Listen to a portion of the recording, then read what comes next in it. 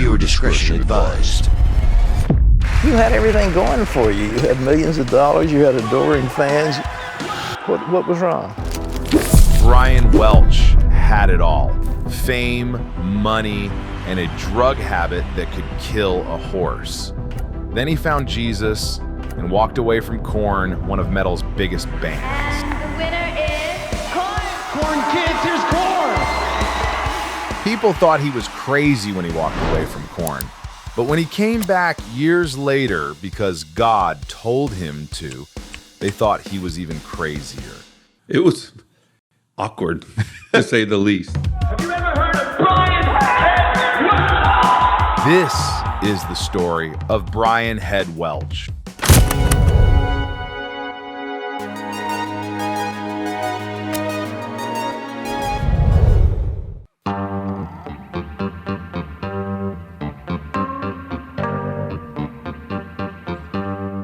Brian Philip Welch was born in 1970 in California and raised in the farm oil town of Bakersfield.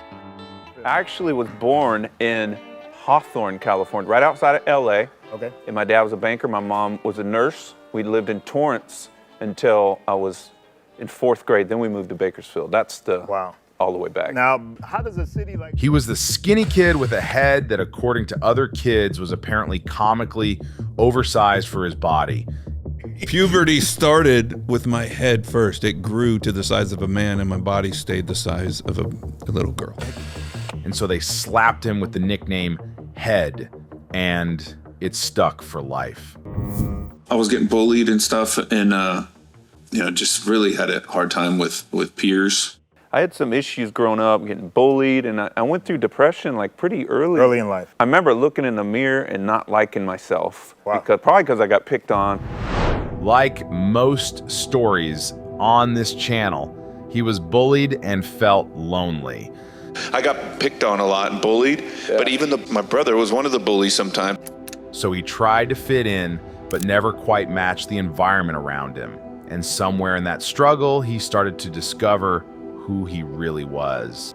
And became a little country kid with a cowboy hat and boots for about 3 months during one summer. Okay. And then I looked in the mirror and I was like, what are you doing? That's not you. And so I went straight metal. I went the opposite way. I was always metal. When he was about 10, he stumbled onto Queen and it blew his mind. The drums hit him hardest. And from that moment, he didn't just want to listen to music, he wanted to be part of it. I remember listening to, they had these 8-tracks, boys and girls, back in the day. And they had these 8-tracks, and I put an 8-track in, and it played music. It's a box into another box, and it played music. And it was Queen, The Game, Another One Bites the Dust, that record. Okay. And yeah. I heard a drum fill. It was like... Said that you started playing guitar at the age of 10. And originally you wanted to play drums, but your father convinced you to play guitar so he wouldn't have to haul a drum kit around. Exactly. That's it. So your dad wouldn't have to haul it around, or so you wouldn't have to haul it around? I think it was him at first, and then he was thinking of me because he knows I'm lazy. Yeah. And so it worked, man. And you know what? I'm as white as they come. Like I don't got the funk. I don't got the rhythm. Oh, you don't think you would have been a great drummer? Nope, I wouldn't. I would have quit, and then I would have been discouraged and never played music again. By his teens, Welch spent hours in his room shredding that guitar instead of doing homework. Start writing songs around 12 years old, 13 years old. I'm writing, little cheesy songs. I could listen to music for hours and just get lost in it. The sound, the energy, the emotion of it, and it was metal for me. But I would sit there and watch MTV all day long because we didn't have YouTube. Kids. Yeah, that's right. We had be thankful for what first, you have. We now. had to. We didn't even have nothing that showed videos at first. And then MTV, the channel of music came, and you had to wait for your favorite artist. And watch all these other artists for hours until you got. And my brother walked by my room with all his little new wave friends and be like, "Hey, punk, play Van Halen for me. Show my friends that solo." And So he was proud of me, even though like we didn't get along. I hate you and stuff, but like show off for me. Will you? Yeah. That's my little brother, you know. So it was cool, man. It was my thing. Bakersfield was a strange, suffocating place, part redneck, part suburban sprawl, where dreams usually died in strip malls. Funny thing about being an outcast, you can spot your own kind instantly. Welch found his tribe: Monkey, Fieldy, and David Silveria. 3 guys who turned alienation into art. They had a funk metal band called LAPD. LAPD, baby. This was Their frontman, Richard Morrill, barked and ranted like a deranged street preacher over slap bass and pounding drums. That's when we started the band LAPD. That said, you know, we want to do something more like Faith No More, Red Hot Chili Peppers, Metallica. For a minute, it even looked like they might become successful. They landed a minor record deal, even dropped an album in 1991, and then Morrill bailed.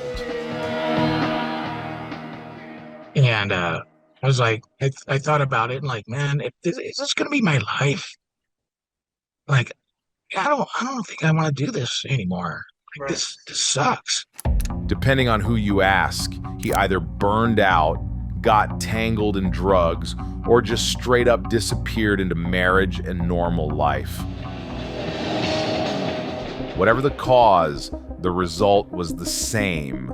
The momentum died, the singer vanished, and the rest of the band was stuck with a corpse of a project and a lot of anger to spare. That's when they called up Head to help rebuild from the ashes. So I hung out with them, just partied for a little bit, got more into drugs. I started messing with methamphetamines and acid and mushrooms a little bit. We just started writing. Every song was on the low register, you know, that low beat. They began calling themselves Creep, but they were still missing a voice. Enter Jonathan Davis, a kid who looked like a Victorian mortician and screamed like he was coughing up his own trauma. Davis had been fronting an obscure band called Sex Art. We won't dig too deep into Jonathan here. I've made a full documentary on him where I dive deep into his story. So in case you haven't yet, you can watch it later. But for now, just know this. When the Creep crew saw him live, something clicked. They offered him the gig and he only accepted after a psychic told him it was his destiny to do so. And so, you know, Jonathan adds his vocals and just weird style of singing and you go everybody around you. With this lineup locked, Fieldy on bass, Monkey and Head on guitars, Silveria on drums, and Davis screaming through the apocalypse, Korn was born. It was all about the feel of the band, you know? It wasn't really technical, but it was like, what makes you move? What makes you feel something? And with that, Brian Welch, the bullied kid from Bakersfield with a head too big for his body, was about to become a pioneer of a whole new sound without even knowing it.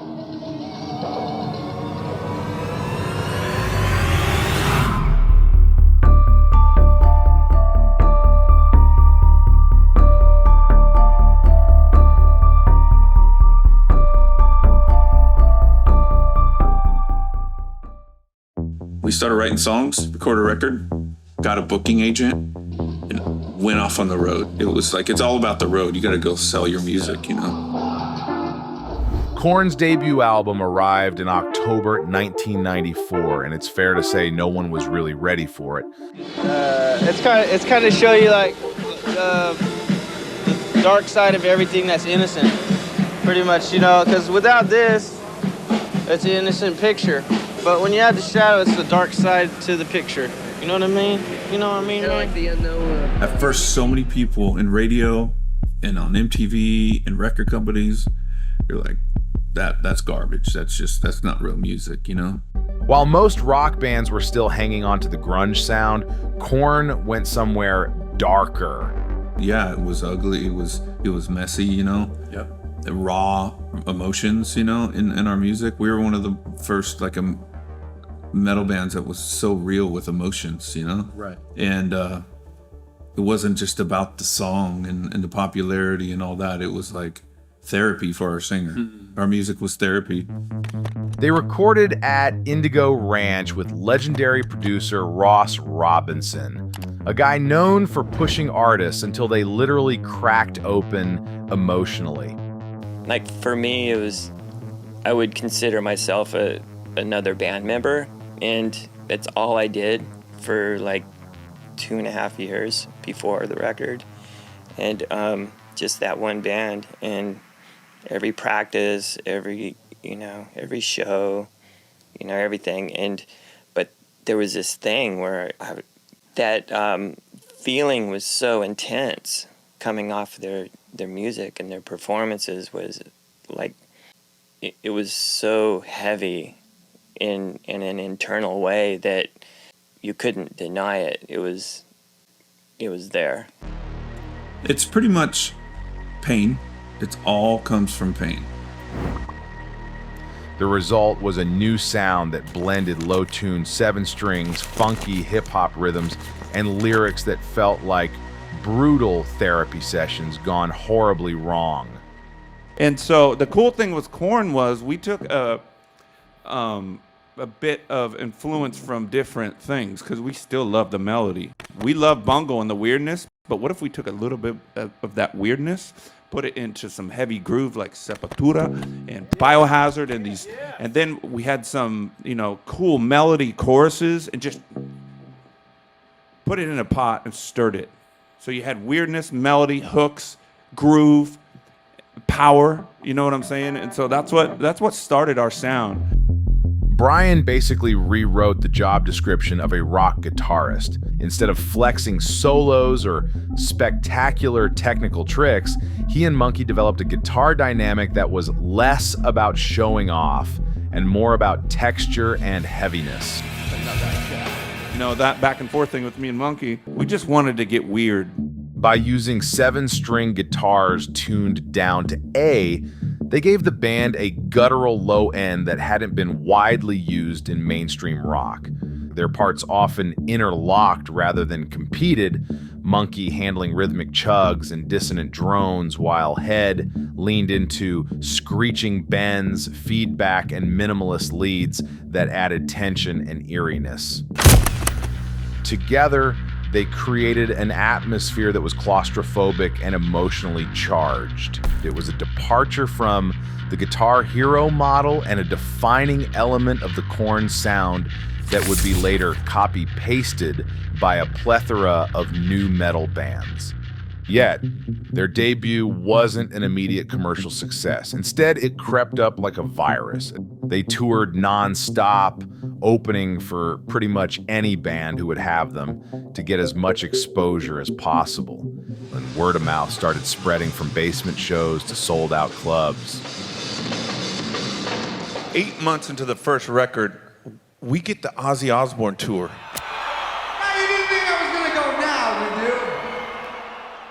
And we're opening directly in front of Ozzy. Wow. And I'm telling you, Randy Rhoads, Ozzy's guitar player who died in a plane crash, he was my just hero growing up. Yeah. And so, and Ozzy too. I just loved Ozzy. I love the darkness of it. I love his his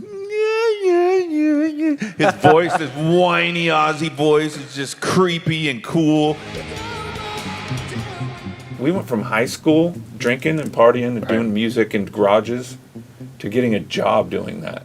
But we went gold on that tour. 500,000 records, and Ozzy and Sharon brought us some wine when we went gold and just congratulated us. And Sharon is amazing talent and artist management, and she told us, you guys are going to have a long career. But I always I always remembered that I'm this kid from Bakersfield, California, the armpit of California, who was driving a beat-up Celica with dents all over it a year before, and now I'm opening for Ozzy Osbourne. I never, no matter how hard we climbed, I always remembered that kid, that why me? Right. I always had this thing, why me?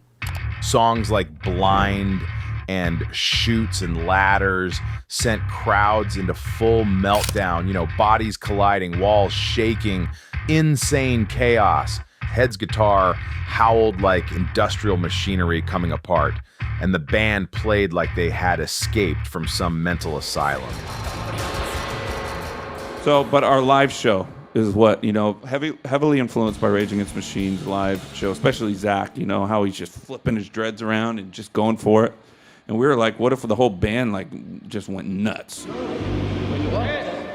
By 96, Korn had fans all over the world and were circling the globe like animals in heat. They would play 250 shows a year, drunk, high, or both. The label wanted to cash in fast, so they yanked them off stage and dumped them straight into a studio to record another album, even though they had almost no new material written. Any other band would have collapsed. Korn somehow turned it into one of their defining records. Life is Peachy. When Life is Peachy first came out, we were in a club and we got a phone call saying, your guys' record just went number 3 on Billboard. The sound was darker, filthier, more experimental than their debut. You could hear the exhaustion, the chemicals, the mania, not to mention the entire thing was recorded in 2 weeks. We went into the studio and we just hung out for 8 hours a day and just wrote, laughed, and all 5 of us. Not 4, not 3. Jonathan was there the whole time, and we just had fun, man. We wrote all these songs together, 2 years later, they released Follow the Leader, Korn's most commercially acclaimed album and the record that rocketed them into mainstream stardom. Let's get right to it. Korn kids, here's Korn! For millions of fans, and for some of you as well, it was the album that made them fall in love with the band. I was on the internet the other night talking to some kids. They didn't believe me, so I want to say what's up to Matt, because I called him on the phone to prove it was really me. What's up, Matt? And then when the third record came out, it's like everybody liked us all of a sudden. I think our songs were more accessible, and a little bit more commercial sounding, and it just exploded. And it got bigger than any of us could ever imagine. And then the kids on the back of the CD cover, the back of the gatefold, would be like the rest of the bridge and more kids. It wouldn't just be a couple kids, you know what I mean? It'd be a bunch of kids. You never forget your first hit of Korn. The record was a monster, heavy but catchy, brutal yet weirdly glossy. The riffs Monkey and Head did on this album still sound untouchable today. The lead single from the album, Freak on a Leash, made Korn unavoidable. You turn on MTV and there it was again, Jonathan Davis screaming through your screen while a bullet flowed through in slow motion. Korn were everywhere, magazine covers, award shows, stadium stages. From the outside, it looked like heaven. But the band's rise coincided with a party culture where drugs weren't just around, they were expected. It was just crazy. I mean, we had anything we wanted. The people with drug dealers want to hang out with us every night. The girls want to hang out with us every night. It was just like temptation, a lot of temptation. And so, and when you get with your boys, it's like it's hard not to just, boys will be boys type of thing. It's like, let's party and let's, eat bad, let's drink all night and let's whatever. For Head, drugs and booze went from casual to constant. Meth became his anchor, mixed with pills like Xanax and Ambien to manage the highs and lows. I had a daily routine of self-medication just to keep the machine running. I go back on the road and I start drinking, and just be like, okay guys, let's party. Sweep all the pain under the rug, kept sweeping it under the rug. Truth be told, Brian wasn't the only one struggling. The entire band was dealing with their own versions of burnout, substance use, and emotional strain. It's crazy because every single band member and the other bands that we toured with were like that too. Everybody was doing it. Yeah, everyone was struggling with addiction. Everyone was starting families at home, and everyone was trying to juggle. Wait, who am I? Yeah. Am I this rock star or am I this dad? And can I be both? And, you know, does what happens on the road stay on the road? And when you grow older, you start to know that the human heart knows things, and you can't hide anything, you know? But you would remember the night before, wasted. But Welch's situation was especially volatile. To put it in context, in 1998, Follow the Leader dropped. Head got married to his then girlfriend Rebecca, and their daughter Jania was born, all in the same blur of a year. It could have been the happiest year of his life. I was like, life's gonna be good now. Life's gonna be good. I got my band, I got my wife, I got my baby. We're still climbing up. Instead, fame and addiction turned it into a slow motion collapse. The band was touring nonstop, and Head was either on a plane, on stage, or completely burnt out. When he came home, he had nothing left to give. I'd go home, and me and my ex-wife would do drugs and fight while Korn's just climbing up to the top. It didn't take long before the marriage imploded, and within a couple of years, it was over. She left me. We were doing drugs together once in a while. We had a daughter, and you know, we were doing the best that we could, but that rebellious side would just come out of us, and we end up getting drugs once in a while. And she ended up getting hooked before me, and she split, and she got hooked up with all these skinheads, and they were like hawking my gold albums and Korn and stuff, and you know, it was a nightmare. It was like, what's going on? You know, I felt all this jealousy and this rage, and I was even thinking about and talking to people that were hooked up with crime people that could like hurt this guy, you know, and I was like, either I'm gonna go that route and step over that line, or I'm gonna just, you know, and luckily I didn't. After the split, Welch was awarded full custody of his daughter. But that didn't mean he was in any condition to parent. He was still trying to manage his role in one of the biggest rock bands in the world, with being a single father and totally lost into his addiction. I was desperate, and she needed a parent that could be functional. And I was a functioning drug addict, and so she didn't know. You know, when I was home, I'd be there. I'd be like goofy dad, making breakfast and everything, but I had a horrible addiction. Brian accepted that faith didn't have to mean isolation, that hiding from the world wasn't the same as healing. I ended up bumping into someone that does speed. I do speed at home with my kid, and it just gets worse at home while the success grows, you know. And so I was just thinking, like, I gotta, because by that time I was like, I do not want to exist anymore. I'm a shell walking around with nothing of substance inside, and I got all kinds of money in the bank, but I just don't want to wake up when I go to sleep. I just wish that I could just stay asleep, and you know, and the only thing that made me... Meanwhile, the machine didn't stop. Korn was churning out records at an absurd pace. We kept climbing. Korn kept on selling records, more videos, more fame, huge shows. In 1999, they released Issues, which debuted at #1 and sold over 500,000 copies in its first week. Your mind couldn't have been together. How were you playing music? It was hard. It was definitely hard. Then came Untouchables, a darker, more experimental album that cost a reported $4 million to make. An absurd budget, but that's how huge Korn was. The record industry was just had so much money, and we were so big that we basically spent like $2 or $3 million on this record. We got houses in Phoenix. One had a stripper pole put in it. One had all of our gear, and we wrote these songs in the basement. And it was like... In 2003 came Take a Look in the Mirror, an attempt to return to their raw roots, though the band was clearly worn down. And the more Korn's fame grew, the more the rock and roll dream felt unsustainable for Welch.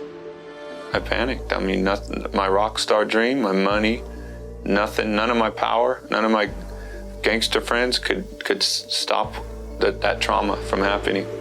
All the accolades, the sold-out tours, the record sales, none of it mattered if it meant raising a child in a fog of burnout and addiction.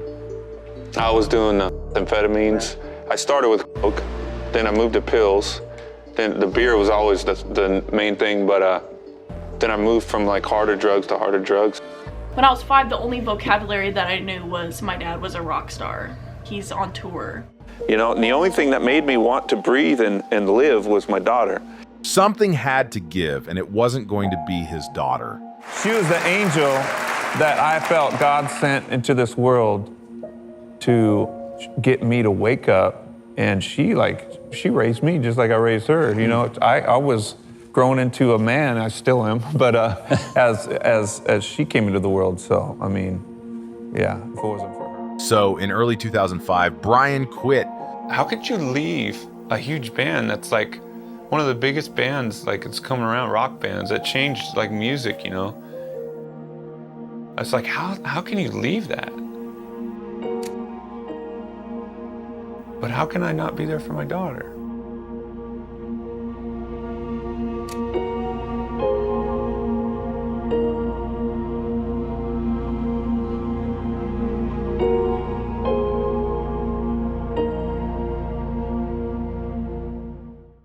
I was young and dumb. I was trying to be filled with something because I carried self-hatred from when I was young into Korn. Through the success, I still had an insecurity.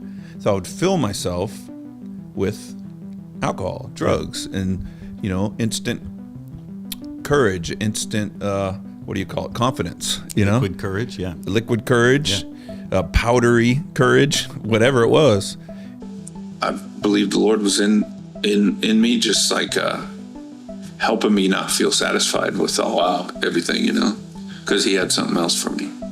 In early 2005, when Korn was on top of the world, Brian did something insane. He quit. No long goodbye, no press conferences. He just walked away, leaving behind one of the biggest bands in rock.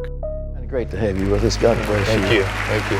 You had everything going for you. You had millions of dollars. You had adoring fans. You had success coming out of your ears. What was wrong? Oh man, the fun. It was fun at first, hanging around with my friends and everything, and just playing metal and being loud and obnoxious. but it just kind of, I don't know, it just wore on me, and that lifestyle started tearing me down. You know, just with the beer and the drugs that crept in. How hooked were you on drugs? Once I thought about it, I was like, you know, not everybody, but a lot of the guys, most of the guys were probably, you know, sex, drugs, and rock and roll then. Right. There wasn't even a concept in my mind that I could stay in the band. Plus, I had a 5-year-old daughter at the time. Right. And I was trying to hide being a scumbag drug addict from her, you know? Yeah. And so I was like, dude, I'm leaving everything and I'm going to be a dad. This wasn't about contracts or creative differences. Brian's reason was far more personal and somewhat shocking. He said he'd chosen the Lord Jesus Christ as his savior. I'm a rich rock star, and I have everything the outside world says I have everything, but, you know, inside I'm dead. By that time, I had moved back to Bakersfield, where we all grew up, and my parents were helping me with my daughter. I met some Christians. They invited me to church. I was like, who cares? You know, I'll try it. If these Christians are too weird or whatever, I'll go to a doctor. And well, it's kind of amazing that you were willing to go to church. I mean, you know, a lot of people would just be. And I ended up going to church with them, and I started feeling the love of God. Wow. And I didn't know it was. And so it tripped me out that God was real. And they were teaching me that God was real. And it was really cool. And I got like instantly addicted to that.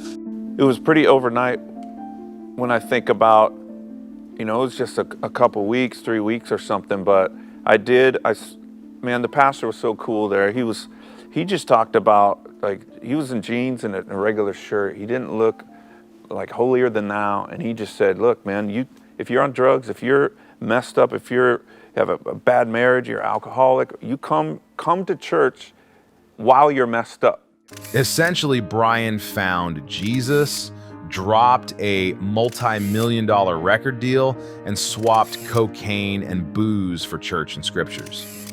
And didn't even like think or call anybody. I just went home, got on my computer, and went, guys, I love you so much. I'm quitting. God came into my life. He showed me he's real. I'm going to follow him. That was it. At first, fans thought it was a joke. Even his own bandmates couldn't wrap their heads around the Jesus talk, and some people wondered if too much meth had fried his brain completely. It was awkward, to say the least. Bro, I didn't know how to process it all, because I'm like, I felt in my mind that they would trust me. Yeah. And I could be like, dude, okay, the Bible says that it pours God into you if you come to him and surrender everything. And it says that, you know, you can know Jesus.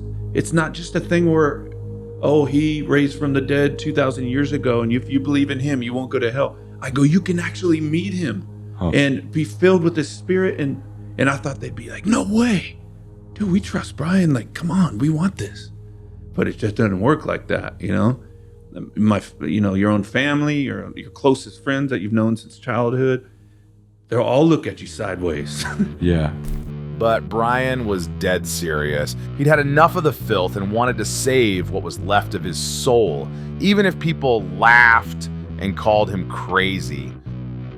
And I was just I was very zealous because I found the meaning of life. People were like, it's just a phase, bro. You're coming off of drugs. Don't worry. It's like, it's not going to be like this in a year. I promise you. And I'm like, dude, you don't even know. Like, I found the meaning of life. He went all in. He even flew across the world and stepped into the Jordan River, the same one mentioned in the Bible, to get baptized and wash off his past. Brian joined his church group on a headline-making pilgrimage to Israel. Right when I got the gown on, tears started coming down my eyes. And my stomach was contracting, and I just felt just pain. I was looking up, just going, oh God, I'm sorry. The change, Brian says, was instant. I believe that my evil spirits were lifted from me, and now I'm peaceful. I'm peace. I feel peace inside. Then, according to his version of the story, he quit drugs by locking himself in a hotel room with nothing but a Bible. No rehab, no doctors, no fancy treatment center, just faith and pain, sweating through every trace of meth until his body gave out and his soul felt clean. Unsurprisingly, to his former bandmates, this wasn't enlightenment. It was weird, awkward, maybe even fake. The new Brian felt like a stranger who'd hijacked their friend's body. When I first became a Christian, I was coming off of methamphetamines, first of all, and I had a massively powerful encounter where God was revealing himself to me. And so those two sides of the coin, coming off of meth and a powerful encounter, I didn't know how to react, and I just went out and I was overzealous. I was obnoxious with my faith. High on newfound zeal. Welch gave interviews suggesting Korn was a toxic environment and that the others only cared about money. When Korn released See You on the Other Side in late 2005, their first album without Head, it was clear there was bad blood. Two tracks in particular stood out, Hypocrites and Tearjerker. Neither mentioned Welch by name, but the subtext wasn't hard to read. Hypocrites was especially pointed, a sneering indictment of people who impose their messiah on others, laced with bitterness towards someone perceived as judgmental and self-righteous. Fans immediately speculated it was aimed at Welch, who had been speaking in interviews about finding God, rejecting Korn's toxic culture, and distancing himself from their music and lifestyle. Tearjerker took a different angle. Less rage, more grief. It played like a slow-burning eulogy to a lost friend, soaked in resignation and disappointment. The lyrics captured intense feelings of loneliness and a desperate longing for something more meaningful in life. A connection that remains just out of reach. At the end of the day, you can ascribe your own meaning to music. But if you see this song through this lens, it feels less like they were mad at Welch and more like they missed him, or at least missed the version of him they used to know. In a way, they were Korn's way of saying they felt hurt, betrayed even. And for a band that had always turned pain into music, it was on brand. Meanwhile, Brian's focus was simple: rebuild from scratch. So he focused on sobriety, fatherhood, faith, and music, but this time on his own terms. And it took a while to figure out what that even sounded like. I have to deal with a lot of rejection sometimes because I got that from the rock and roll people. Sometimes, oh, that's a Jesus freaking Korn, okay. And then the Christian community, you know, some of them were like, oh, he's not doing God's will, or whatever. You know what I'm saying? So I'm like stuck in the middle, going, whatever. But God's like, you got me. But in 2008, he finally dropped "Save Me From Myself," a Christian metal album paired with a brutally honest memoir of the same name. It was all there, the addiction, the chaos, and the faith that pulled him back from his personal hell. So I want to congratulate you for the big success on the book. It was a New York bestseller. Were you kind of surprised by that? Did it kind of say something to you about the work that you're doing? Yeah, it just, you know, I got a lot of persecution when I left Korn. A lot of people didn't understand, and it just was like a blessing, you know. It was like God saying, He speaks to circumstances, you know, and it was like Him saying, you see how I'm gonna use you, you know, see how I'm using you. It's not just, you know, I called you for a reason, so it's a sign. It's like you're in the right spot.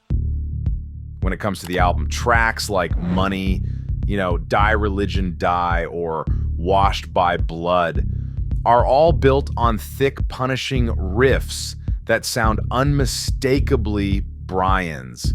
But he also experiments with synths and textures, giving songs a peculiar atmosphere, though at times the mix gets cluttered, and some tracks run a bit long, losing momentum halfway through.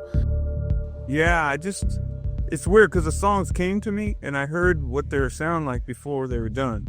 And that's never happened before. And I just prayed that in, and you know, some people may not believe in that stuff. I do, because I got an album that I'm really pleased with, so. Lyrically, Brian writes openly about his past, his guilt, and his search for redemption. Unfortunately, though, he tries to fit a full Sunday sermon into every song, and it gets heavy-handed. Some of the songs the lyrics are a little bit corny. Can I say corny? His screams hit hard, but elsewhere, the growl feels fake, forced, like he's trying a bit too hard to sound broken. What's it like being on here and singing, you know? You're always behind on the guitar and actually coming forth and laying down vocals. I had a deep desire to see if I could do it. Actually, like, be a vocalist, you know? And so, you know, I think I got the job done. No Jonathan Davis or, you know, Chester or nothing like that, but I got the job done. That sounds good. You know? I would sing one line at a time. How would you? Like, I'd go, my little boy. Then I'd stop. Was anybody in the room when you were singing? Or was this... I tried that, didn't work. I just freaked out. I was like, get ready, get out of here. Don't look at me. Yeah, I was just so insecure. Still, for a first solo album, it's impressive. It's heavy, gritty, packed with riffs that could have lived on a Korn record, but Head's still figuring himself out, and you can hear it. I worked my booty off on that thing, and a lot of roadblocks, a lot of things happened. I left Korn, and everybody knows I moved out of California, sold my stuff. I've worked in the studio, and so many challenges, you know. Then I got frustrated. I quit. I wrote the book. You know, I started up again, then quit. My emotions were all out of control, and then at the end of it, everything crumbled. I split with my partner, and we lost the studio. So what we have is this little prize of this album right now. That's all I got left of it. So when they hear you say that you're loving it like that, it's like. After years grinding on the Christian rock circuit, in 2012, he launched a new band called Love and Death, a name that reflected everything he'd been through and what the music still wrestled with. Are you ready to do this? He brought in a lineup of younger musicians, and in 2013 released Between Here and Lost. Love and Death leaned heavily into the alt-metal DNA Welch had helped forge in the 90s, but there was a cleaner edge, more melodic choruses, and lyrics soaked in vulnerability and spiritual struggle. tracks like The Abandoning and Meltdown echoed Korn's sonic intensity, but the message was different. Instead of tearing everything down, it was about piecing things back together. The album found its place on the Christian rock charts, but drew praise also from mainstream reviewers. Loudwire called it a gut punch of heavy riffs and melodic honesty. And then, after years of distance and healing, Head, the prodigal son, returned to Korn.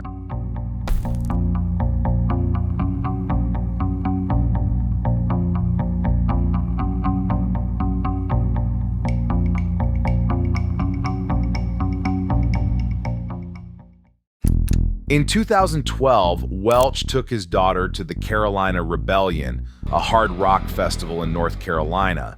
My daughter wanted to go see Evanescence, she wanted to go see Stage, and I was like, all right, I'll sneak in there and just maybe go say hi to a couple of the guys. And once there, he got invited to jam on stage with the band Red, longtime friends from the Christian rock scene. The band Red, those are friends of mine too. They took me out on tour with my solo stuff. And so they were like, hey, why don't you jam a song with us? Have you ever heard of Brian Welch? Coincidentally, or maybe inevitably, Korn was also on the lineup that day. So as soon as Welch got off the stage, Fieldy spotted him, walked straight over, and led him backstage to see Monkey. The moment could have been awkward, but it wasn't. Maturity had replaced pride. Welch looked at his old friends, and before anything else, he apologized for the way he left the band years earlier.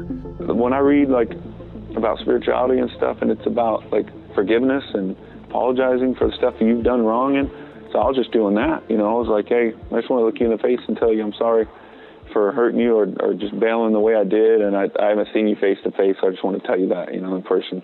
Eventually, Jonathan Davis joined them, and as if time had never passed, he casually invited Welch to come along with the rest of the band to meet the fans. And Jonathan's like, come on, Head, let's go do the meet and greet. So excited just to be walking with him over to the meet and greet. Man, if this could be a band again, I just felt the possibility. I had this hope. And then the band invited him to get on stage and play Blind together. And then right before Korn went on later that night, Fieldy, I was walking with him, and he was like, hey man, I'm just saying, there's an amp and guitar set up for you. Brian Welch getting up to play Blind with us. Over 30,000 peeps in North Carolina. The crowd didn't know what was happening until it was already happening. Head picked up a guitar and they launched into Blind, the band's breakout anthem from the debut album. It was electric. Welch hadn't played with Korn live in years, but the chemistry snapped right back into place. So many people broke down in tears, and it was like God was right there manifesting, because he's definitely a God of family and reconciliation he's all about. But it wasn't just the fans who felt it. Jonathan Davis broke down mid-performance, openly crying on stage. And when the song ended, he embraced Head and thanked him for playing with them. I just walked up to him and told him, thank you so much for doing this with us one more time. And there was no talk about coming back. None of that stuff. It was just like, thanks for doing this, bro. It felt really good. All the bitterness from 2005 seemed to evaporate in that single, unrehearsed moment. It wasn't a full reunion. Not yet, but it cracked the door open. When I was there that day, I just felt emotional all day. I was just like, man, it was like I went back home, after years and years, because those were all my people out in the crowd and stuff, and those are my brothers that I'd always be with just at all those concerts. So it was powerful. In the months that followed, the lines of communication slowly reopened. And so I'd say anything's possible, and we're talking, and so we'll see what happens. Until eventually the band formally asked Welch to rejoin Korn.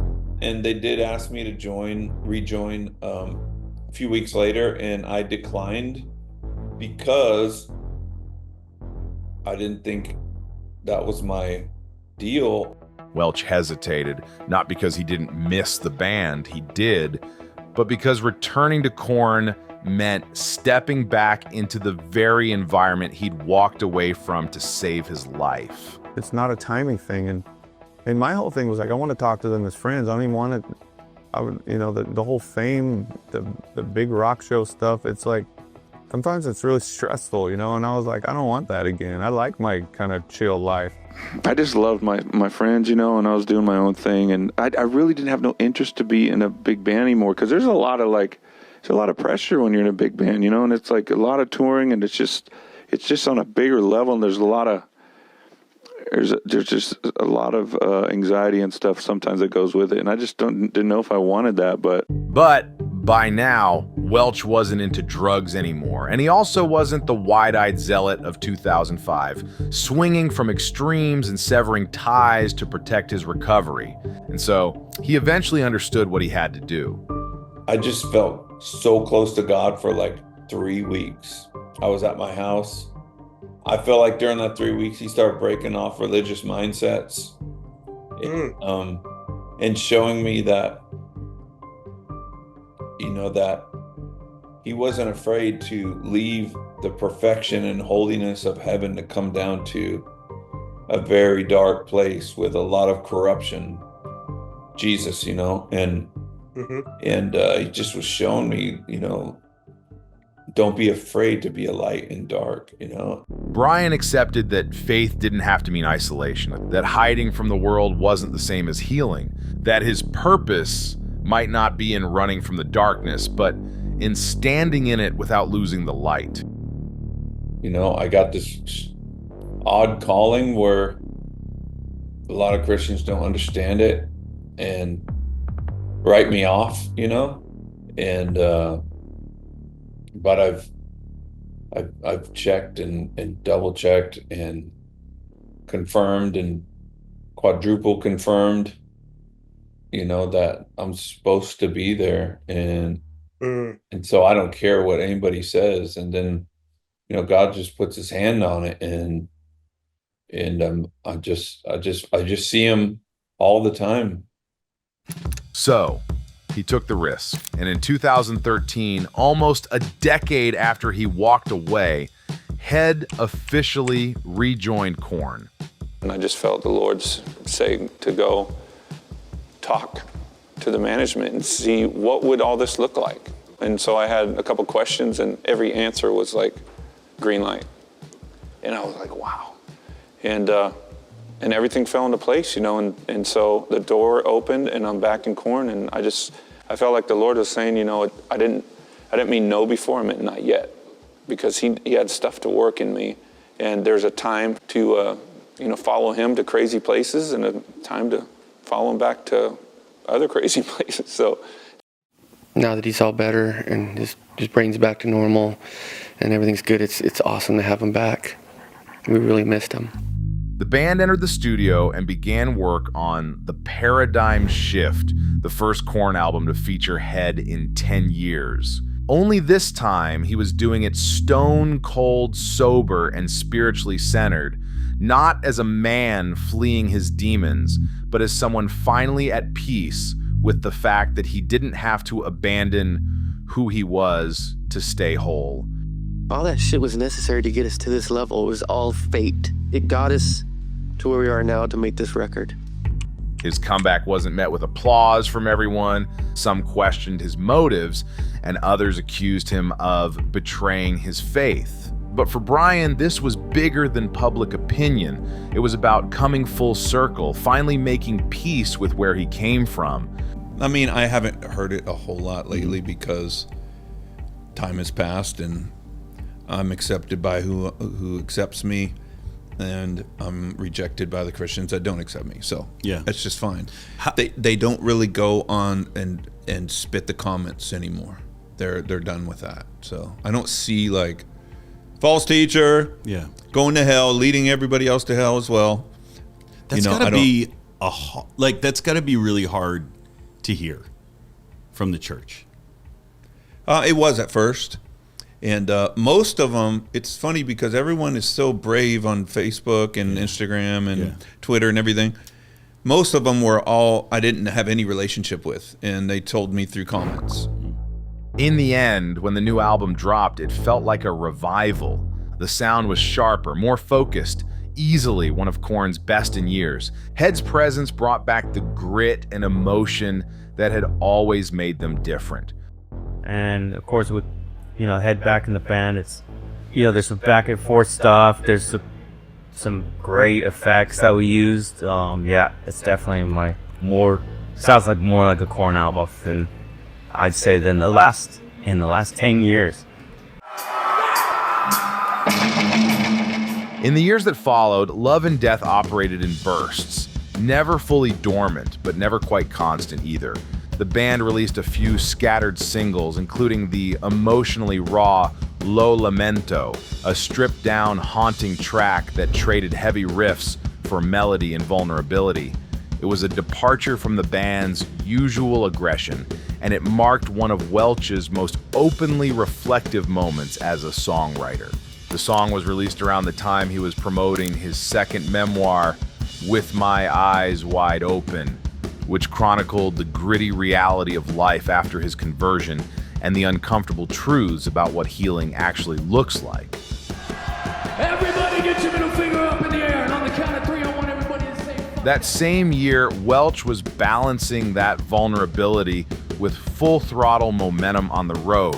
Now, he was touring globally again with Korn, but this time he was also fronting Love and Death as the opening act on the same tour. He'd go on stage early to lead his own band through their set, then pivot backstage, grab a different guitar, and return under the lights with Korn.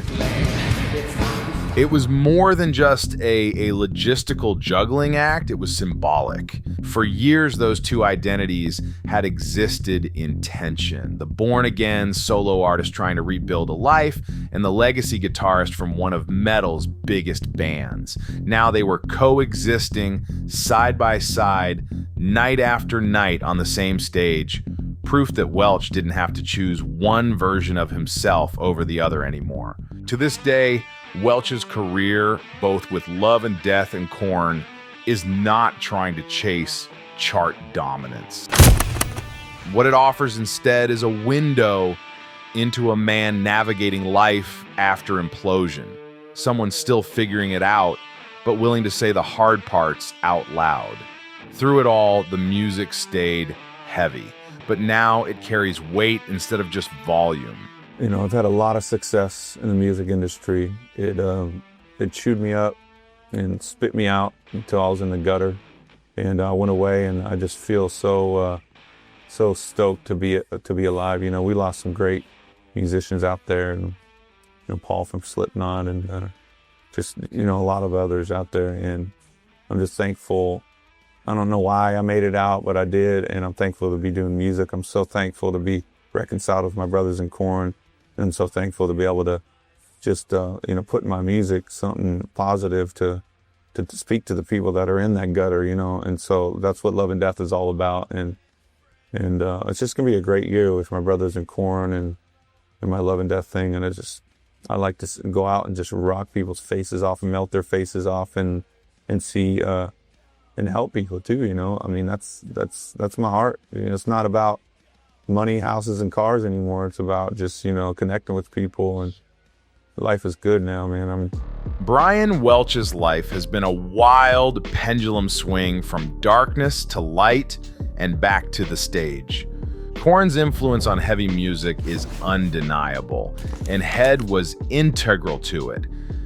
He and Monkey crafted that signature down-tuned sound that spawned 1,000 copycats in the nu metal movement.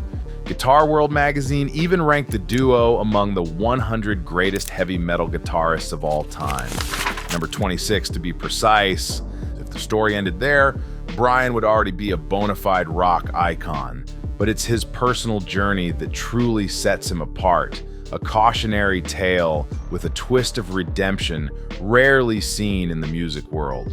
He fell as far as one can fall in the excess of fame and addiction, then did the unthinkable by walking away at the height of success. And in doing so, he became something of a folk hero to those who believe in second chances. He's written best-selling books about his experiences, laying himself bare with a candor most rock stars would never dare. He even allowed a film crew into the most intimate corners of his life for the documentary Loud, Crazy Love, released in 2018, which chronicled his harrowing yet heartwarming journey raising Jania while battling his demons. Instead of hiding his past, Brian drags it into the light to show us that if he can claw his way out of the abyss, maybe you and I can do it too. I wanted to grow quick. And how you grow is through sufferings and difficulties. He refines you like gold. And he does that in order difficult circumstances come at you, and it brings out the worst of your whole character. And me, it was anger and rage and all this stuff. So it kept going. Just bad things happening, lawsuits, losing money, losing my house. And I would just freak out. I'd get fear and all this stuff. And I feel like in the last few months, he's like kind of taking me out of the fiery furnace. And he's like, I've done a great work in you, and I got a lot more peace now. So all that stuff is for a reason, but so many people just get mad at God and like don't understand, his ways are higher than our ways, In an industry littered with casualties, Brian is proof that you can fall apart, rebuild, look crazy to the world, and in the end, still come back stronger than ever.